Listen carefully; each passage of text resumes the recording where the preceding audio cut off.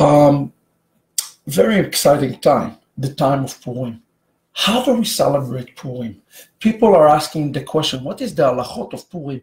Now, most people are going to go today and they're going to pull the groger, and every time they hear the name of Haman, they're going to run the groger. Is that what Purim is all about? What is the connection between Purim to the coming of the Mashiach? We're going to get to that because probably the most messianic Chag of all the Chagim is Purim. I want you to understand that. You're going to hear things today that you probably never heard. What is the mitzvot of the Purim? Why are we commanded at the Purim to get so drunk? And I hope nobody will get that drunk, but get so drunk that we cannot understand the difference between Haman HaRasha to Mordechai. That doesn't make sense, does it? Unless you look at the things through a messianic lens and you understand the meaning of Chag Purim. So my name is Rabbi Shapira, and I'm going to help you today to make sense of the Purim holiday, and you will be able to see Purim in a unique way over the next 45 minutes. Share this teaching. I believe that it will bring the joy of Purim to in a unique way, in a way you probably never celebrated Purim before. Now, let's start the discussion of the Purim to ask the question, first of all, from Halacha. What is the mitzvah? What is the commandment of Purim? What are we actually commanded to do in the next day, right? Purim will start tonight. We are commanded to do, according to Halacha, 4 things during this celebration of Purim. What are those 4 things we are commanded to do? Let me give those to you so you will be able to fulfill the mitzvah of Chag Purim. Number 1, we must hear the reading of the Megillah. Megillat Esther is going to be read and heard. Number 1, we have to hear the Megillah. The second thing that the scripture reminds us in the book of Esther is called in Hebrew Matanot LaEvyonim. Give charity. It is critical during the time of Purim, as we see in the scripture, to give matanot to Evyonim, okay? A gift, a charity to the poor and to the needy, to those who are in need. This is the second thing that is mentioned. The third things that we are doing during the festival of Purim, called in Hebrew Mishloach Manot. What is a mana? Mana is a portion. Mishloach is to take a basket, to make like a gift basket, a fruit basket, or some sort of gift basket. Wrap it together, close it up, and give it again to the poor and to the needy. That is called in Hebrew Mishloach Manot. That's what we're going to be doing today, to prepare Mishlochei Manot to give others, especially family members, those who are in need, and so forth. It's a physical thing. And the 4th thing that is commanded to do in the festival of the Purim is to have a seudah, a great banquet, a great mishteh. So I hope everybody will have a great banquet, a great mishteh. You have to have a wine, you do also a kiddush, etc., etc. On all of those mitzvot, this is the most important thing we have to understand something about Purim. People make a mistake. Usually, when do they read the Megillah? They read the Megillah tonight. It's a mistake. According to Halacha, you don't read the Megillah at night. In nighttime, you do things according to the Rabbanan, the rabbis. But during the day is when all the mitzvot are being fulfilled. This is something very different, because if you remember, in Judaism, the holiday starts at night, right? The day starts at night. Vayom laila, ha'erev vayom, right? The day starts. It's starting at nighttime, except in the festival of Purim. Purim is only about one thing, and it's about the day. A matter of fact, if you have your Megillah, I'd like to give you a reference in the book of Esther, chapter 9. We see it mentioning 3 times there. Okay, it says there in Esther 9, it says, I would like to give it to you, the verses, so you can make a reference for this. Okay, here we go. It says in verse 15, And the Jews, we can start there, and the Jews were in Shushan, gathering themselves together on the 14th day of the month of Adar, and they slew 300 men in Shushan, but the spoil has not laid in their hand, not in their hands. And then it says, verse 18. Here you go. Pay attention.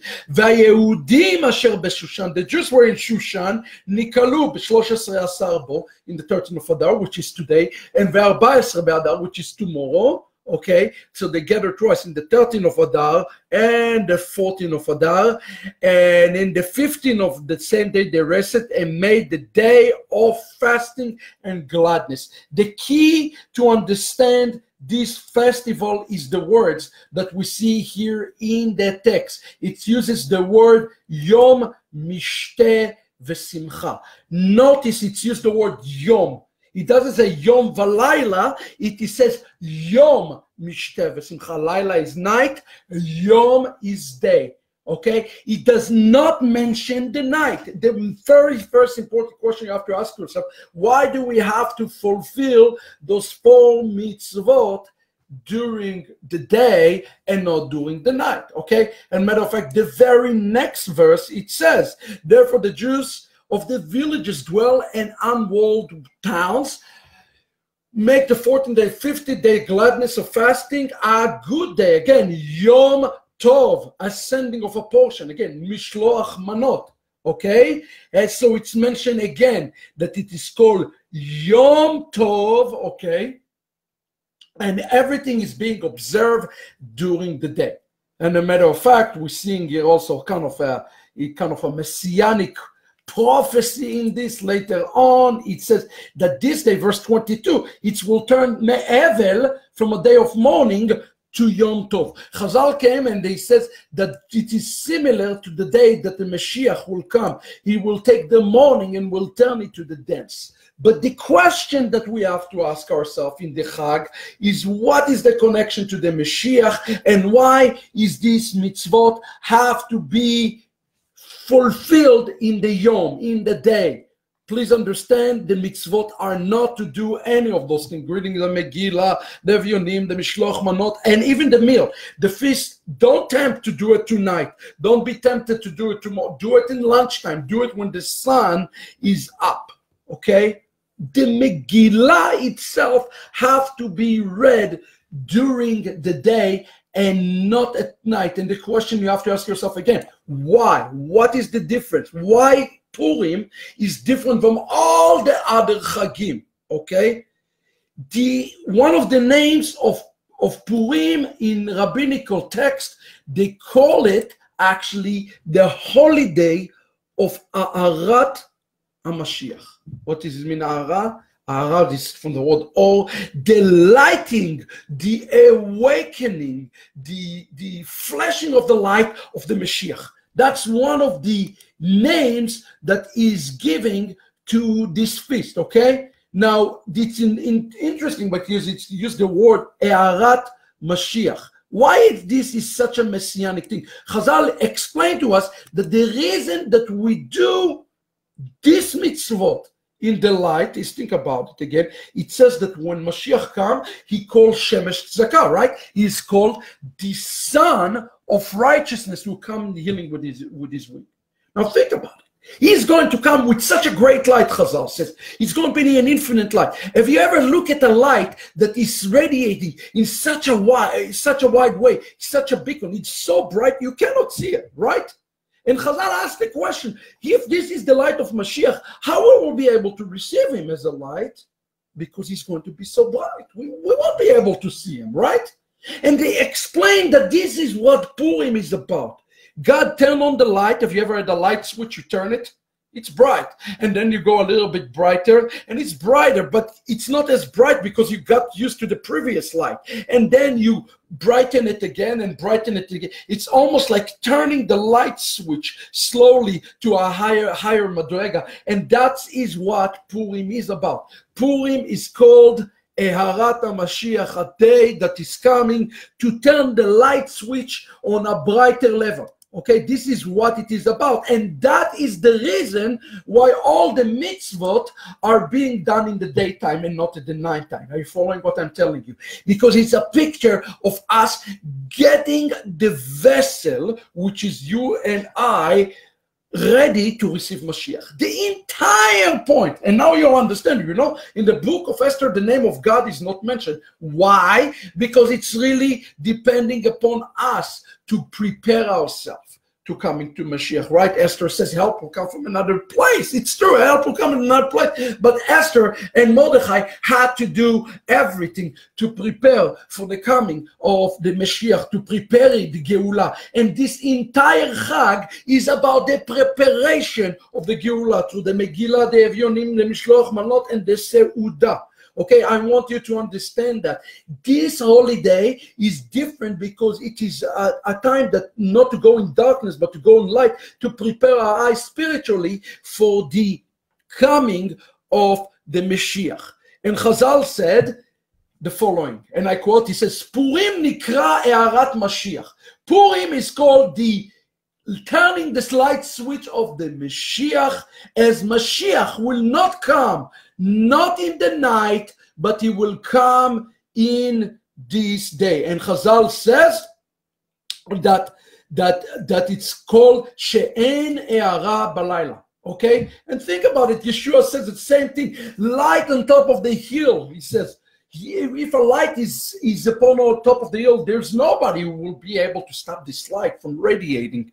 Okay, you don't put it somewhere, you are putting it on the top of the mountain. And that is the essence of the mitzvot of Purim, the time of the mitzvot, and we will understand it together today. You see, in Judaism, Yom, okay, when we say Yom, day, it's really related to the coming of the Mashiach.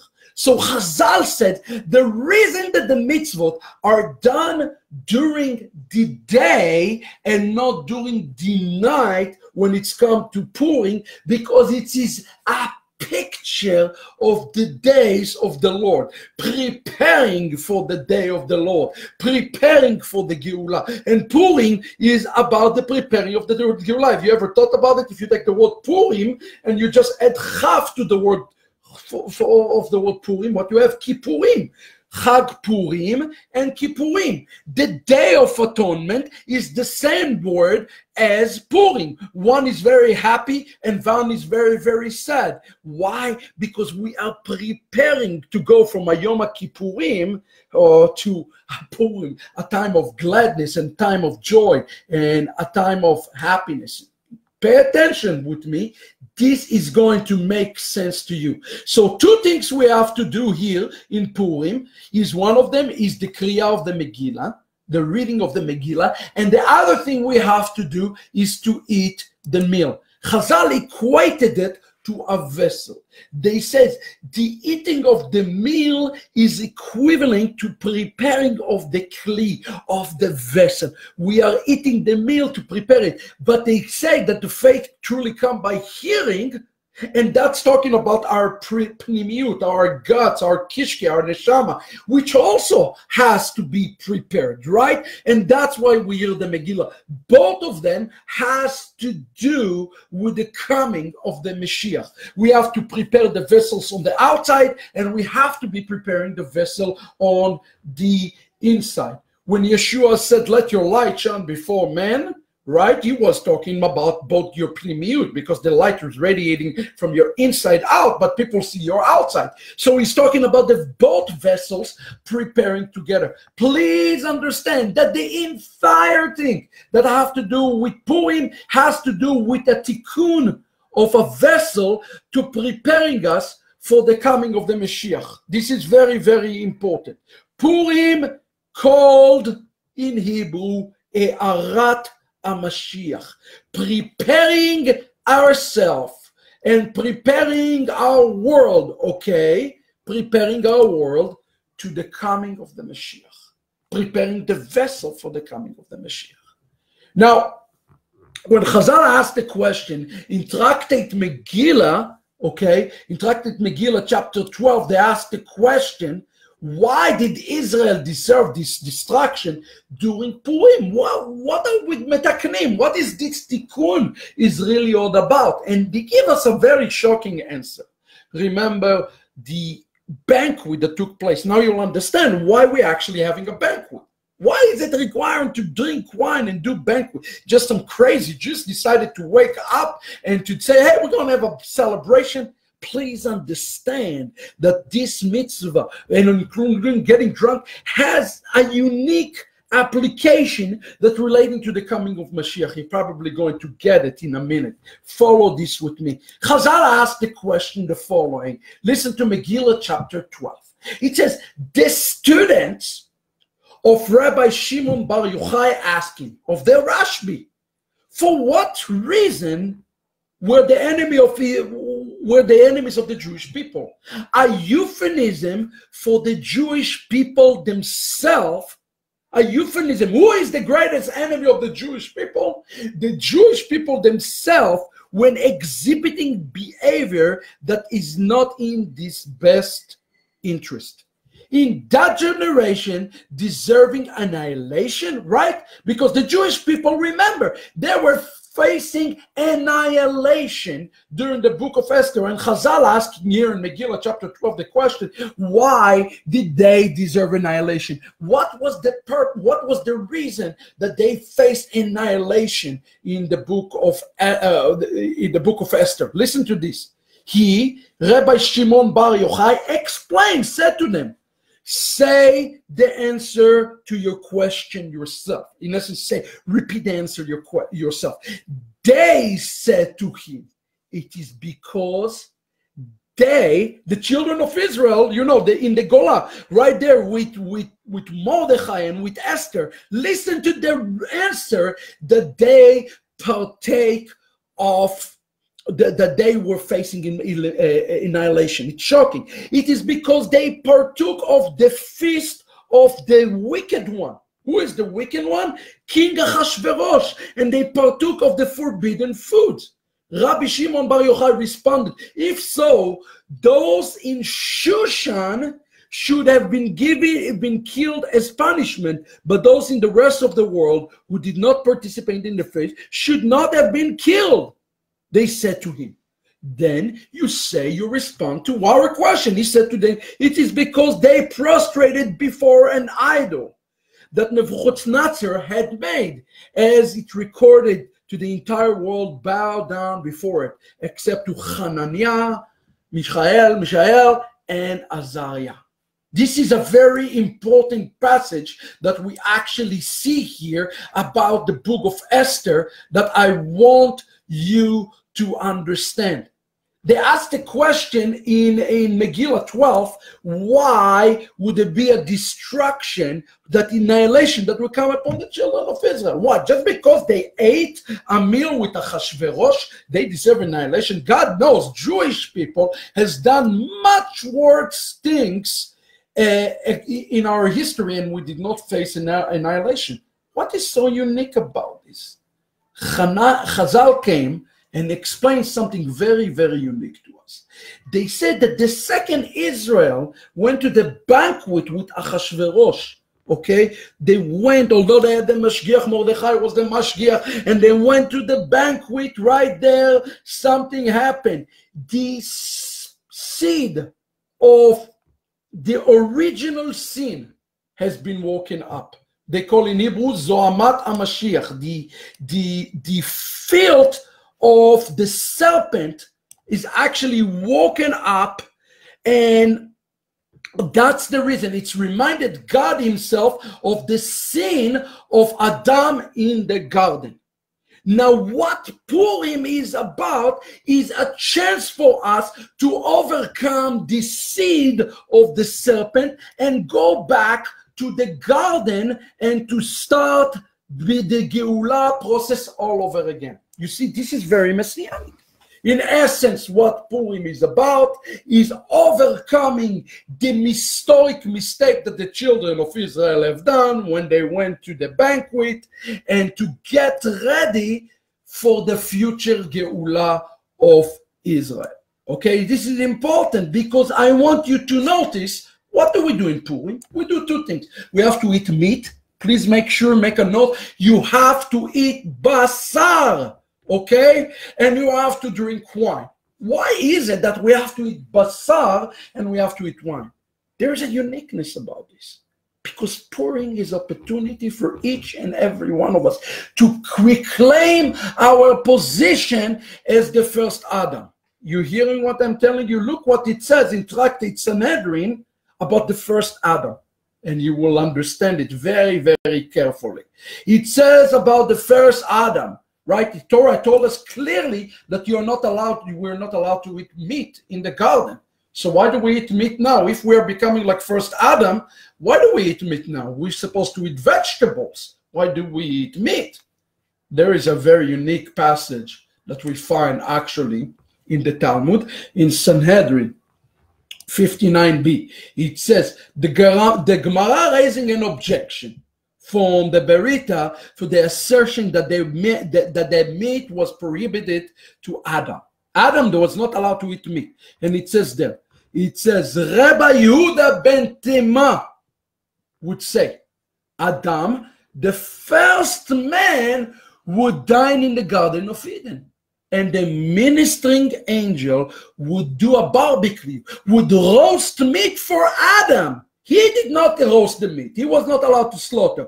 But they, the Malachim, Malachei Asharet, okay, roast meat for him, and they had a special strainer, and they would strain wine for him. I want to explain this to you. The reason that we eat meat and we drink wine during the Purim is because that's what Adam received from the Malachim before he sinned. Are you hearing what I'm telling you? You are reclaiming your position during Purim as the first Adam by getting your eyes ready for what's called the Ahavat MaShiach, for waking up and to be able to receive Mashiach of the world. We call it in Hebrew Kabbalah.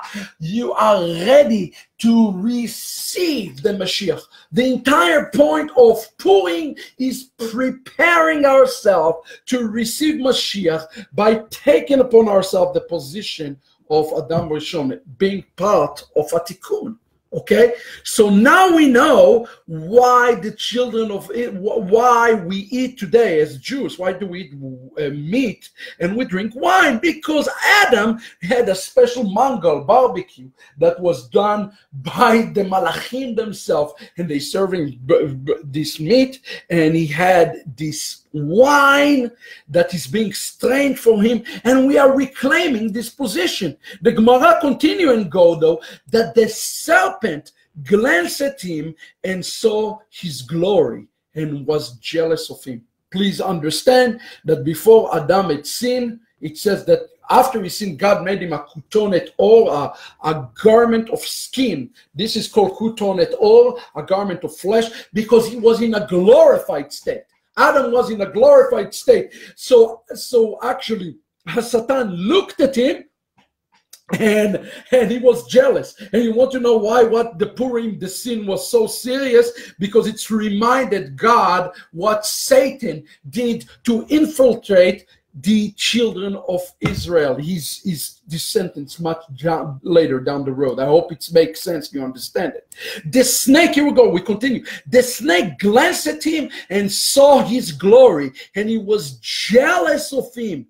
And for that reason, the snake incited him to sin and cause the banishment from the garden. According to this, evidently Adam would eat meat. The Gemara answer there is the reference is to the meat that descended from heaven, which created by a miracle and was not meat of animals at all. So yes, we ate meat in the garden. It's not correct to say we didn't eat meat in the garden. We just didn't eat the meat because we slaughtered a bunch of animals. It was a heavenly manna. It was a heavenly meat that was delivered to us. And today we are commanded, or tomorrow morning we are commanded to eat meat, because we are reclaiming our position and we are asking the Lord to restore us back to the original garden condition. So why do we eat basar v'yain? Now you know the answer. And matter of fact, according to the halacha,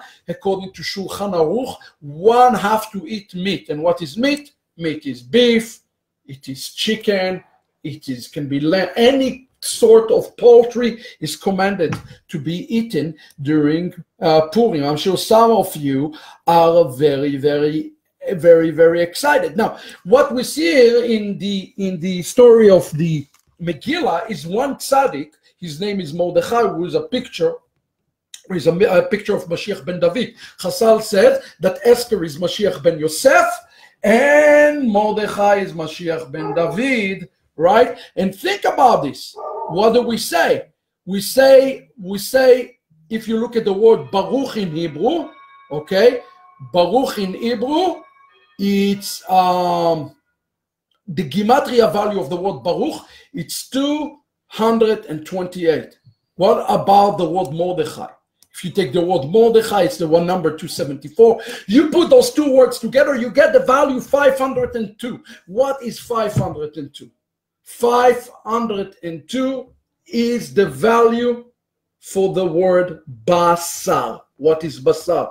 Meat. Baruch Mordechai. The action of a tzaddik, a picture of a Mashiach, will be the one who will bring the basar to all of Israel. Why do we eat it? Because one tzaddik can bring a basar to the entire out of Israel. You see the picture, and who is this tzaddik? He's the Mashiach, of course.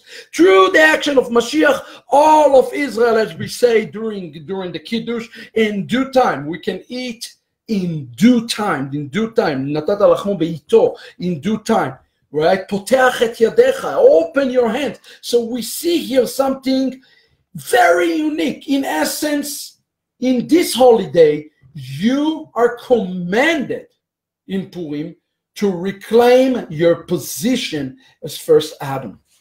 That means that you are being born again in Purim. You want to know why Purim is so important?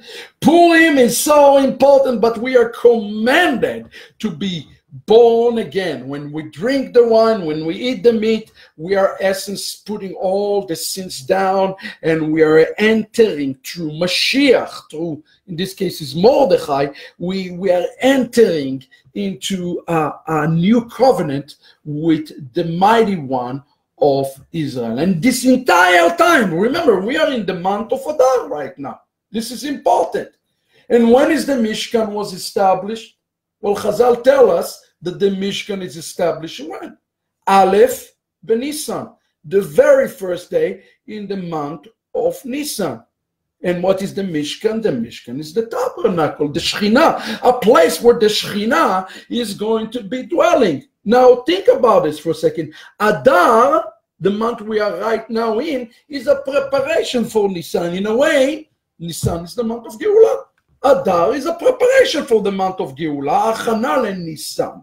And what is a Mishkan? A Mishkan is anything, is a vessel that is used to carry the Shekhinah. Which one is the vessel? You and I are the vessel. The vessel have to be perfect. And God, He's giving you and I opportunity today in Purim to become a perfected vessel. This is important. Remember, without a Mishkan, there is no Shekhinah. Without a Shekhinah, there is no Geulah. Without us doing our parts and preparing the Mishkan, our vessel, without the vessel being perfected, we cannot have Geulah. Okay? And that's why it says, Chazal says in the Talmud, Benisan ha-Geulah higia, uBenisan atidin leigael. The first redemption came in Nisan, and the last redemption will come in Nisan again. The entire thing is related to preparing ourselves to the Mishkan. How do we prepare our Mishkan? We take the identity of the first Adam upon ourselves. Now, when we read about Haman, we see his lineage. What Haman represent here?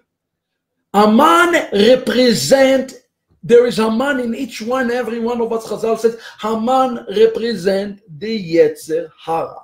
or we call it in Hebrew the Sitra Achera. In each one of us, there is a good, there is an evil, and they are fighting. We are talking about in Amman. Amman is descendant from from Amalek. He's related to Amaleks. Why do we talk about in the week on the Shabbat before Purim? Why are we even talking about the Amaleks? You know, Imchei, I will wipe up Amalek. Why we even how it says? It says, Ki mache emche zecher Amalek. I will destroy the memory of Amalek. Why we talk about the Amalekites and their memory and the destruction of this of the Amalekites. This is very, very important. Pay attention. In Gematria, the word Amalek related to the word equivalent to the word Ram. What does it mean to be Ram? Exaltation, pride. And the days before Purim, we are talking about destroying the inner Amalek in us, destroying this sense of pride. When we lower our pride, we are lighting the Mashiach. In essence, by us lowering ourselves, saying, I cannot see, I am blinded, that's when the light of Mashiach comes to the world. And the entire thing about Purim, Chaverim, is about Ahavat Mashiach. It is about us destroying Amalek, destroying in us the spirit of Aman, okay? As a matter of fact, what Chazal says, there's expression that says, Aselech harav, make yourself a rabbi, vehistalek min hasafek, and remove all doubt. Why did the rabbi wrote it? Make yourself a rabbi, histalek min hasafek. Why? What is the purpose? What is the point behind this? This is important, because if you're under a rabbi, okay, it means that you have to humble yourself. And this entire thing about being under authority has to do with humility. And the entire thing about reclaiming your position as first Adam has to do with authority and submission. Because when you're under authority, your pride goes away. You're not the boss. You're not the champion, you know? That's why when Yeshua says, don't say somebody's your rabbi. You have only one chief rabbi. What did Yeshua mean? Call no man rabbi. Call no man father. Did he mean that? Well, of course, surely you can call a man your father. You can call somebody a rabbi, but you cannot make him your chief rabbi. Why did he say those things? Because he wanted our pride to be in check. This is Yeshua's real point. He wanted to make sure that we do not have the spirit of Amalek in us. So this month, Adar, is a month that we are preparing for Nisan 1, the establishing of Mishkan, that is needed for the coming of the Mashiach. Okay? We call it in Judaism bitul shalem, complete nullification. If one wants to take upon himself the image of first Adam, to see the bread, the wine coming from heaven, and see the meat coming from heaven, he has to go through complete preparation, complete bitul. Think about this for a second. When Israel went to battle against Amalek, what Moshe Rabbeinu said? He says, Machar anochi nimtza berosh hagiva. Tomorrow I go to the top of the hill. He doesn't say which hill he went to, unless you read what the commentator says. What did the commentator said? Which hill is he talking about? He went to Har Sinai when Israel fought against Amalek. Moshe Rabbeinu went to Har Sinai, and by the way, despite what the movie shows you, Chazal tell us that Har Sinai, Mount Sinai, was one of the lowest mountains in the wilderness. Why? Because he wanted, what again told me, he wanted to go Sinai. Sinai equals the Torah. One who practices Torah, he's not one who is going to be proud or arrogant. He's one who is going to be humble. And this is what we have to do in the next 24 hours. When we do the Seudah, it's a picture for us that we want to restore to Adam Rishon. But in order to do that, we have to remove the spirit of Amalek from ourselves. Amalek in Hebrew, Gematria, related to Ge'ava, pride and arrogance. You want to know what Purim is about? Pride and arrogance, because when we remove the pride and arrogance again, Ahavat MaShiach will happen. The coming of the Mashiach will happen. As a matter of fact, look with me what it says in the book of Deuteronomy, right? Amazing. Deuteronomy 6:6. What Moshe Rabbeinu says? Not 6:6, excuse me. Yes. Yes, look what it says. והיו הדברים האלה אשר אנוכי מצווך היום על לבביך. There will be the words that I will put upon your hearts today. This is in the Shema. What is the word there in Hebrew that is important?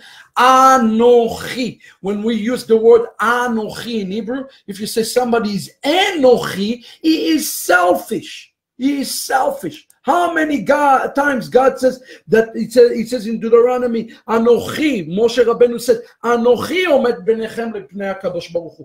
I stand between you and God. Right? He says, I stand between you and God. What is this word I? Anochi. Chazal said, he said, Anochi literally means Enochi, pride, arrogance. A person who wants to be a vessel cannot be Enochi.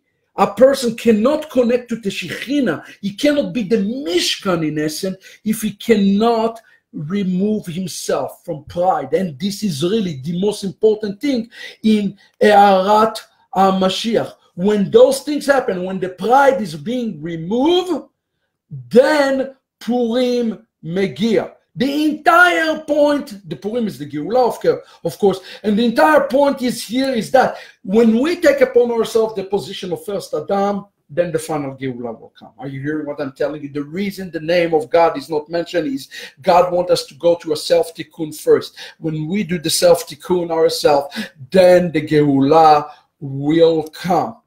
Now, why do we get drunk? That's crazy. People ask me all of the time not to be able to distinguish between Mordechai and between Haman. That is insane. People miss the point. They don't understand why people get drunk. Imagine somebody, a business manager, and I'm not supporting getting drunk, please. I'm just explaining to you the meaning behind this. Imagine to you a CEO of the company is always with a suit and he's a tie, always in charge, always in control, always in power. The second he gets drunk, he let loose.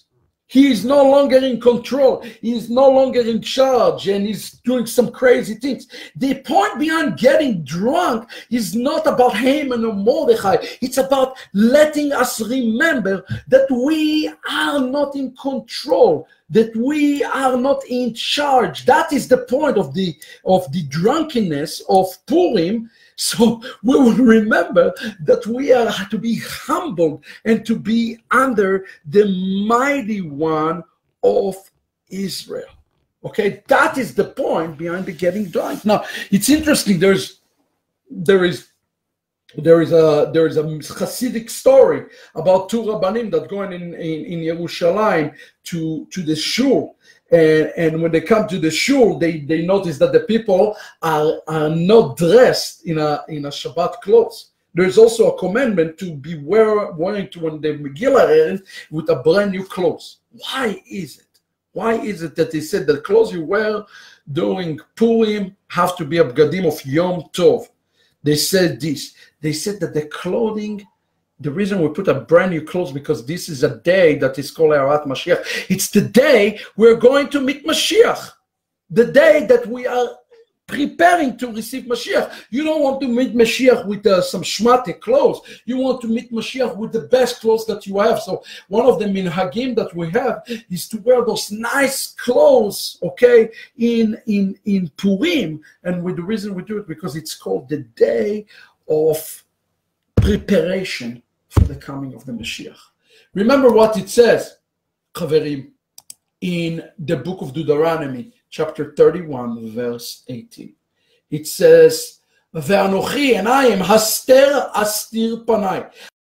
Hide my face in that day from everybody. Okay? Now, notice there the word hide my face in Hebrew. This word hiding my face in Hebrew mentioned not once, it's mentioned twice. Haster, hastir, panim. The entire thing about Purim is about the hastarat panim, the hiding of the face. During the time of Purim is the time that we call the Era Mashiach. Is the time that we turn the light bulb and say, oh, we don't want 20 volts, we want 40 volts. Or God, we're ready for 60 volts. And the only reason, imagine taking a bulb that can take a socket of 20 volts and putting 200 volts. What do you think will happen? It will blow up, right? The entire thing in Purim is about to preparing the vessel to be able to take a greater voltage, a greater wattage, so we can be able to see Mashiach clearly. And how is it starting? It is starting very, very first thing about reclaiming the position of first Adam. The entire thing is about reclaiming the position of first Adam in the day. Do the mitzvot in the day. Do the mitzvot in the public. And the second thing it's related to is by removing the spirit of Amalek that each and every one of us, Chazal said, he's dealing with. And it is not easy to look at this Hebrew word, anochi, selfishness. When we remove selfishness, when we remove the anochiyut right there, you know, yeah, that's mean that why do we make fun of ourselves in Purim? We go with a silly costume and why? It's because we're not in church. Chaverim, none of you is in charge. There's a midrash in Yalkut Shimoni. I love it. It's always ministered to me that when Mashiach comes, according to Yalkut Shimoni, the temple is already established, and he come and he lay his feet on the roof of the Bet Mikdash. And what he says to our children of Israel, here is the sentence that he says to them: Anavim bnei Israel, higi azman geulatchem. You are meek. You are meek, the children of Israel. The time of your redemption has come. The entire thing about Ehavat HaMashiach, preparing your vessel, preparing, taking your image, is have to do with anava. Remember last week, Parashat Vayikra, we talked about the little aleph in the word Vayikra. Okay, this week we are talking about anava. Anav is related to the word ani, or poor, but is somebody who hold nothing of it. He's just pouring himself out. So if we are to truly to take our calling, it's great that you're going to hear the Agada, the Agada. I'm thinking already about Pesach. The Megillah. That is great that you're going to hear the Megillah. That is great. You're going to give Mishlochei Manot. That is great. You're going to have meal. You know what? But when you have the meal, okay, again, when you have the meal, it's important not to focus on the meal. That's Chazal said the chitzoniyut, but to focus on the word of the Megillah. What did Esther did? What did Esther do? And Mordechai, it's called Mesirut Nefesh, giving the soul, giving their own life. If you truly seek to become humble, give your own life. Yeshua said it so well in Yochanan 15. There is no greater mitzvah than one who is volunteering and voluntarily give his own life for his own brother, okay? And this is important. The children of Israel mix and match, and because of that, annihilation was about to come to him. God does not want us to mess around with the serpent. Are you hearing what I'm saying to you? Don't be tempted with Satan. Don't play games with him.